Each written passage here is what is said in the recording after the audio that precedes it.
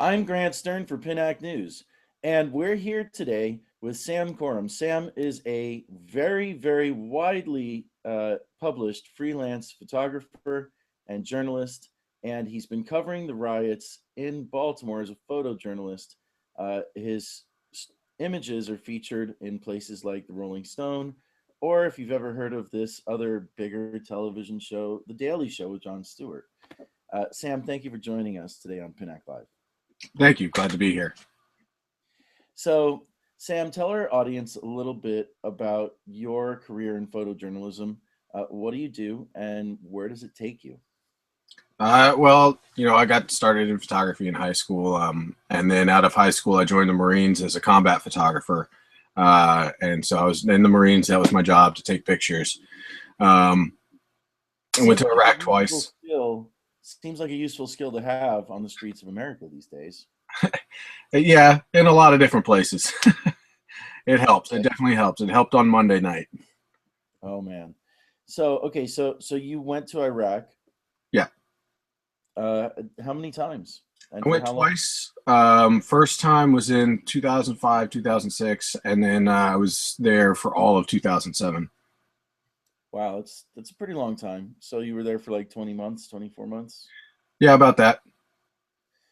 Um, so how does the military train somebody to take photos, like to be a combat photographer? Is there something they teach you to focus on?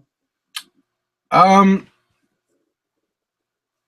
it wasn't the photography school was for the military was about 3 months long, and you kind of have to be a jack of all trades. Not every photographer in the military is going to be on the front lines. There are photographers that stay on base, that handle headshots and things like that. And then, we also had to do what we call grip and grins and ceremonies and things like that. So it was a kind of just a crash course in photography, and we had to rely a lot on our basic, combat training.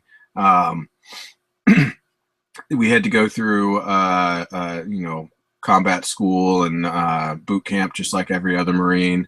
Um, and so I relied heavily on that, and just regular military training. We would partner up with units and do their field training with them, but do it with them as a photographer to impart gain experience, but also to, document what's going on. Well, we've been tweeting a lot about the recent unrest in Baltimore, and my big question that I've been tweeting frequently is Baltimore or Baghdad? And I see these images of the military on the streets, of military vehicles on the streets, MRAPs, APCs, Bearcats. So you were in Baghdad, you were in Iraq. Um, how does what's going on in Baltimore with the level of militarization compare to the kind of military response that our country had in Iraq in 2005 and in 2007? Well, I think I think it's legitimate for some places, some police departments, to have equipment like that, especially when it's a major metropolitan area. Baltimore is only about an hour outside of DC. It's a major port. It gets tons of tourists every year, and there is a possibility that they have legitimate uses for it. And I was in Ferguson as well, and I would say the usage and deployment of those items and those equipment was worse in Ferguson than it was in Baltimore. Well, Um, okay. So what was the difference between their deployment in Ferguson and the deployment in Baltimore? Because I think everybody kind of figures like, oh, it's all the same stuff, but really they're two very distinctly related but different reactions to the way their police have handled these situations. So let's talk about that. well, so yeah, it's I think a lot of it goes with experience and training. Like I said, Baltimore's only an hour away from DC. There's a lot of cross relationship between DC and Baltimore and other surrounding police departments and agencies. And DC, I mean, that's the center of protests. I think it's the only place that would see more protests after DC would be New York City. Um, DC sees protests almost on a daily basis. And so the police are very well trained to know how to deal with protesters. And pretty much you let them, you're standoffish. You let them do what they do, and they march and move on. And that can be, I would hope most civilians would understand that too. If you're a civilian watching this and you ever get caught in a protest, like if you're in your car and driving down. We prefer to call them citizens on Pinac Live. So if you're a citizen and you're caught in a protest, what should you do? Just most protests are roving protests. They march on and they keep going. If you're in your car and they're marching down the street, put the car in park, just sit there, let them pass by. The only times I ever really see when it's initially a peaceful protest, when I see protesters hassle civilians in car, especially in cars, it's when those cars try and drive through the protest, and that itself, because the civilians want to get through there, they want to get out of there, but it actually causes them to stay longer. It makes them a target, and if you just sit there and relax, let it pass by, they'll be gone in 5 minutes. And so yeah, things like that. But the police departments, they kind of understand that in DC, and that training carried over into Baltimore. I was there covering a lot of the peaceful protests last week, and that's how it worked. That people marched through the streets, they would close down an intersection for 5 to 10 minutes. Police would be standoffish. They would be there in case anybody really got out of hand. But then they would just let them move on. Well, that's an important point that you're bringing up here. These protests didn't just start on Monday and erupt into some riot. These protests have been going on for nearly 2 weeks in really high gear in Baltimore, right? Yeah, in high gear. Last week, there was a lot of protesters on like Tuesday and Wednesday and Thursday. Those were the days that I was up there covering things. I had other obligations for the other days. But, in those 3 days, we marched over 20 miles through the city with hundreds of protesters. So, and without incident. What percentage of protesters are really out of control or dangerous compared to the great mass of people who are protesting peacefully? I don't want to give like a concrete number on that. It all can vary because there's different groups, there's different situations. Whenever you get a group to a certain size, you're always going to have one or two bad apples in that group that take advantage of the crowd, the ability to disappear.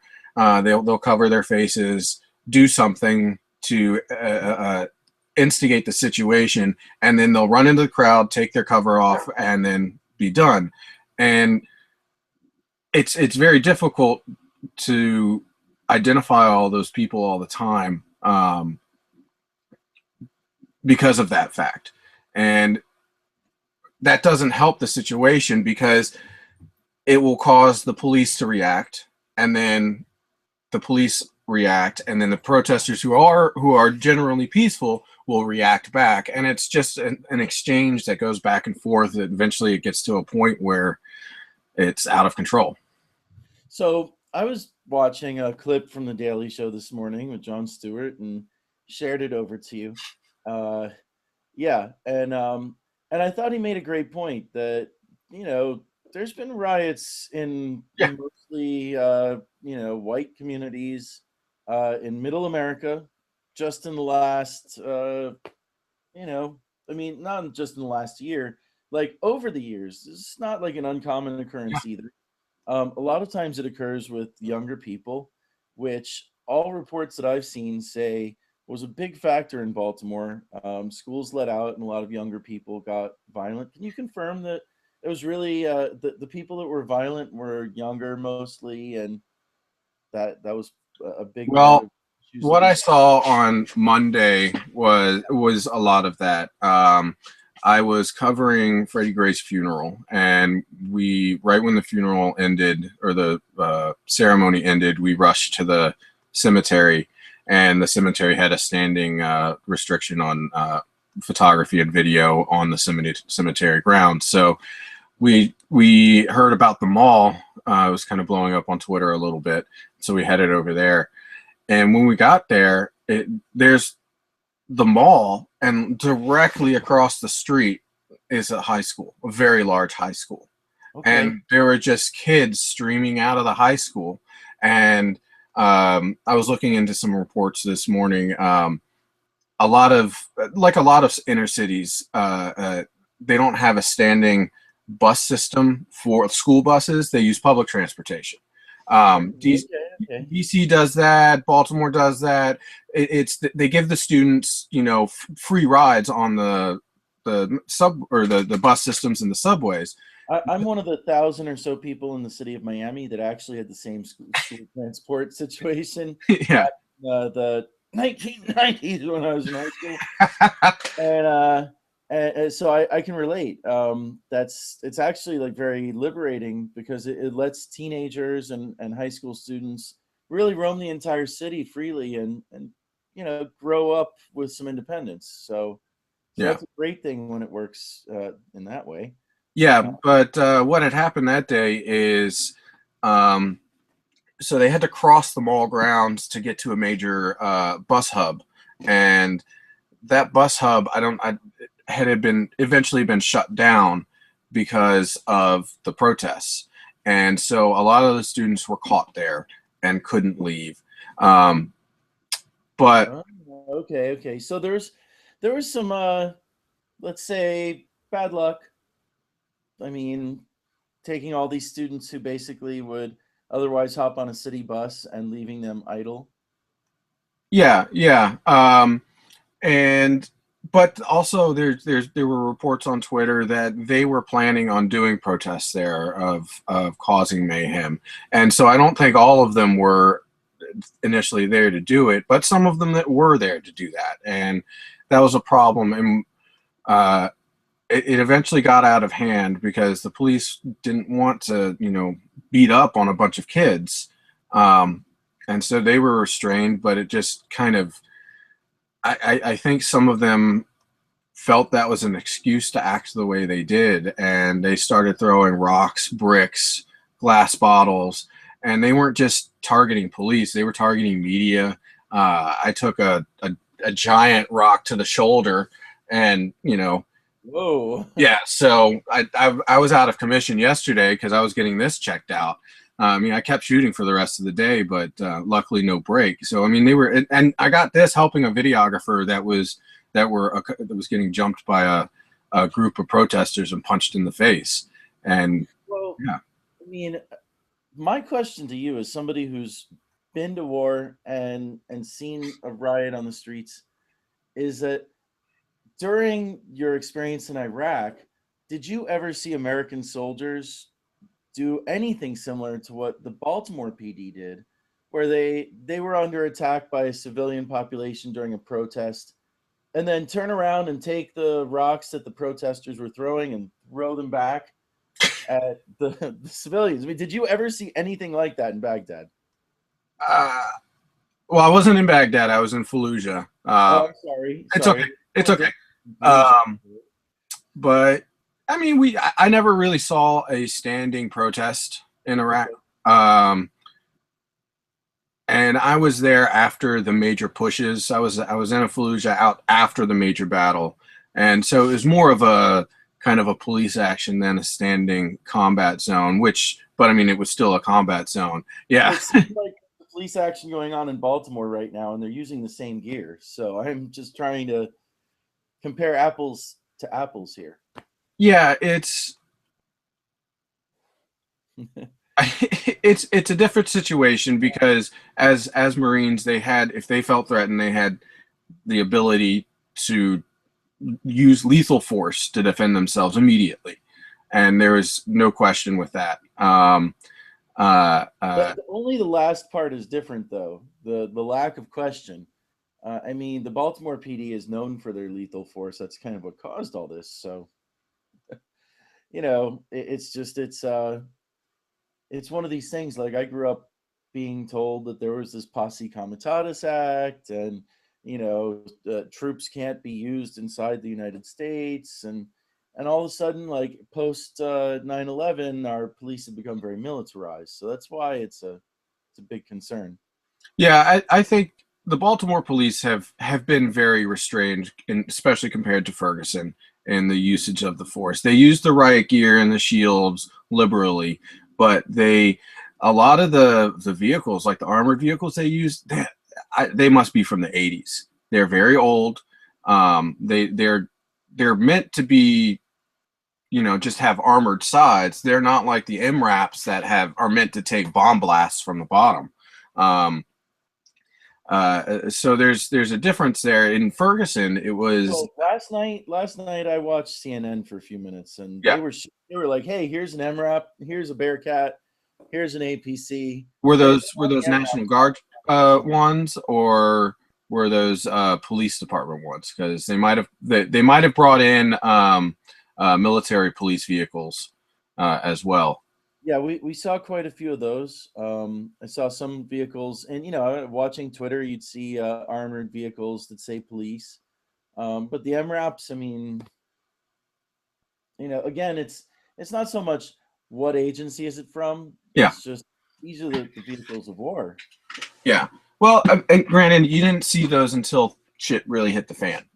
I mean, that was the difference between Ferguson and Baltimore. Is in Ferguson, you saw those immediately, and that is what instigated things and antagonized people. In Baltimore, they've shown restraint in the usage of those equipments and vehicles.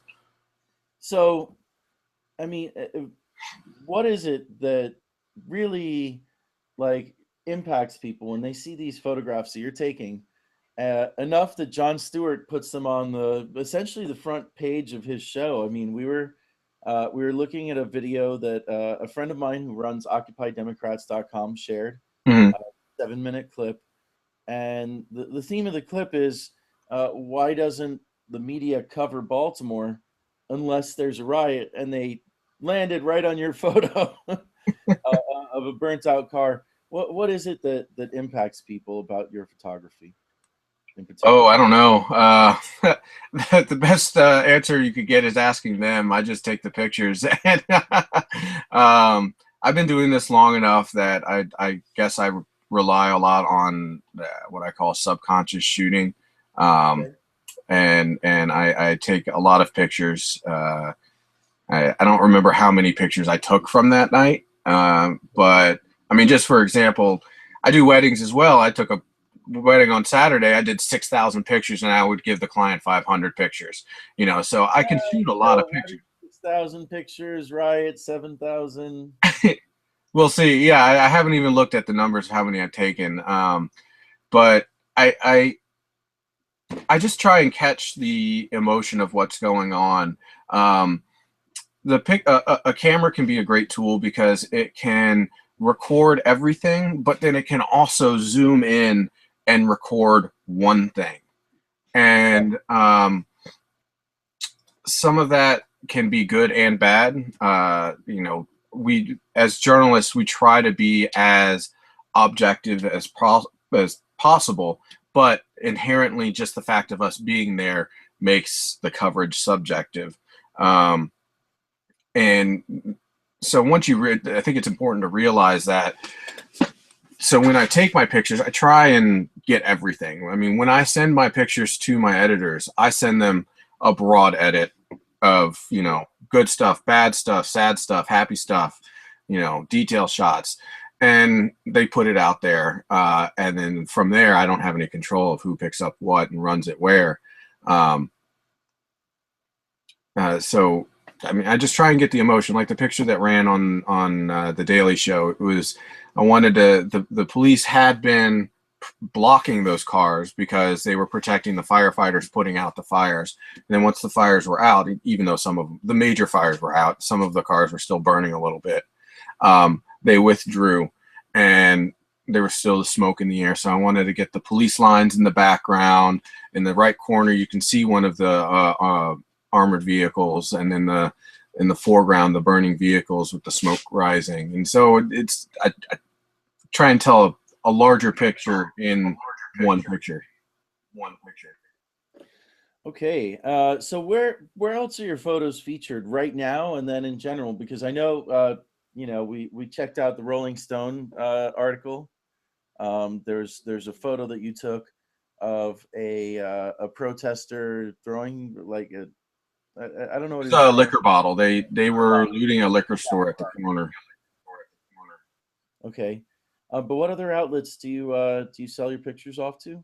Well, I'm actually staff with a wire Okay. service out of Turkey. It's called Anadolu Agency, and so it's similar to the Associated Press and Getty. We have a distribution agreement with Getty, so that's where my U.S. Distribution comes from, is through Getty. Uh, Okay. I don't even get a list of where all my stuff goes. I have to Google myself. So I just Google my name All right. and Baltimore riots, and I see where they go. But I've seen them on ABC, New York Magazine, um, Rolling Stone, uh, Huffington Post, BuzzFeed. They're getting a lot of play. So, give me some final tips for our citizen journalists in the audience about how to safely capture uh, these kind of events, and anything else you can tell them to, you know, It's all take great pictures in stressful moments. it's all about situational awareness. Don't get tunnel vision. I know you got to see your picture, and when you got the camera up to your face and you're taking a picture, you're only seeing what's going on through that lens, which can be very difficult because you don't see what's going on anywhere else around you. Um, you keep your head on a swivel. Make friends with people there. Talk to people. I'll talk. I talk to protesters. I talk to police. I make jokes with all of them because you never know. Sometimes they'll see something happen and they'll be like, no, no, that's a good guy. Don't do anything. Leave him be. And that's happened before. But also group together. If you can find a group of photographers or a group of journalists that are going together, watch each other's backs. Um, Keep your head on a swivel. If you have an instinct, if you have a feeling that this is a really bad situation, no picture is worth it. I mean, I got hit, but no picture is worth dying over. Well, like 6 inches to the left, and we wouldn't be talking today. Oh yeah, it the rest of the day, I almost had kind of riot PTSD. There would be birds flying over, and I'd go, that was a bird, not a rock. It was bending down, and the rock just came straight this way, 6 inches, and I wasn't wearing a helmet at the time. It would have knocked me out. Wow, wow. Well, Sam Corum, again, thank you for joining us on Pinac Live today and taking the time out of your busy schedule. I know you got to get back out there. Um, any parting thoughts for our audience? Just I try to live my life by not judging people by the actions of a few. There's always going to be bad apples everywhere, and it sucks that that's usually who we hear about. But there's good people everywhere, and there's bad people everywhere. But there's more good people than bad. Alrighty. Well, until next time, I'm Grant Stern, and this is Pinac Live. Be the media.